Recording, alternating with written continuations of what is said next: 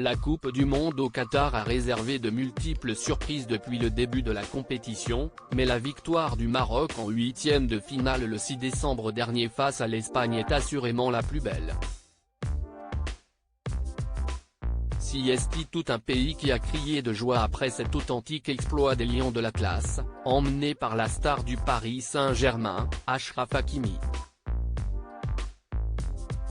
Né à Casablanca et fervent supporter du Maroc, Gad Elmaleh a vibré comme rarement devant le match, au point de succomber à la dernière tendance à la mode chez les amateurs de foot.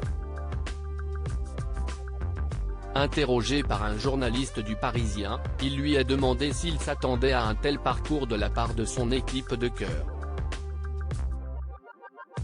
Je n'étais pas en mode c'est incroyable, je tombe de ma chaise, je pensais vraiment qu'il allait gagner. C'était même la première fois de ma vie que je faisais un pari sportif.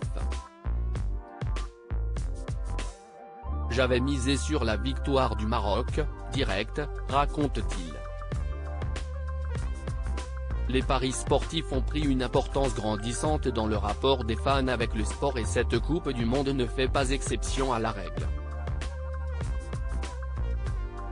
Malheureusement pour lui, Gad Elmaleh n'a pas gagné le gros lot, comme il l'explique, mes potes se sont foutus de moi, a priori, en fait, je n'ai rien gagné, j'aurais dû préciser que c'était une victoire au tir au but.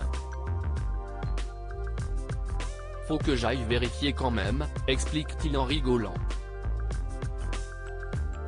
À l'instar de son grand ami Jamel Debbouze, qui était sur place au Qatar pour assister à cet événement historique pour les Marocains, l'acteur de 51 ans est ravi pour son pays natal. C'est énorme. Le comportement des joueurs, leur attitude, l'élégance, la joie, l'humanité. Ça trimballe aussi des valeurs qu'on a au Maroc, ajoute-t-il. Pas la seule personnalité à avoir succombé au pari. Gad Elmaleh n'est d'ailleurs pas le seul à être tombé dans les paris musique. La journaliste Estelle Denis a révélé être addict.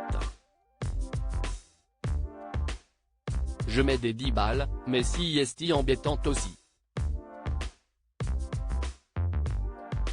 Que ce soit 1 euro ou 10 euros, ça me crispe.